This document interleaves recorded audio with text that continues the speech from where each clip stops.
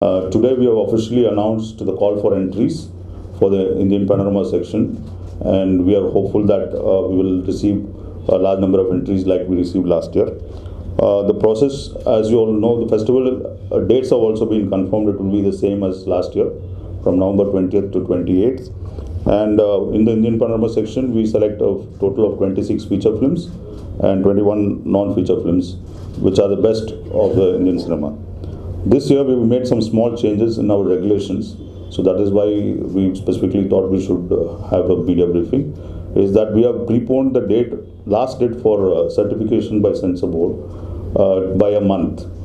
Till last year, we used to allow entries which were permitted up to 31st August. This time we have actually taken up to August, so the end of August. This time we are doing it till the last month of July. So but the last date for submitting entries will be 7th of August, which will be online entry process. From last year, we have shifted to online submissions, and the payment for fees is also online this year.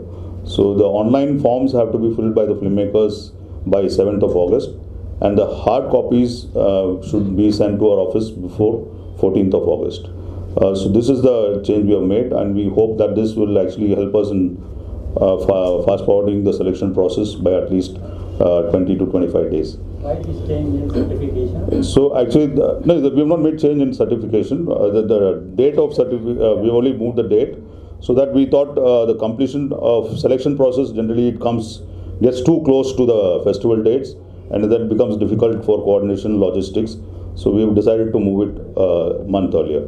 And added to that, we've also, from last year, as you all are aware, that we also permit filmmakers to submit their uncertified copies of the films with a self-attestation affidavit that the film has been completed in the last 1 year. And all films must be carrying English subtitles.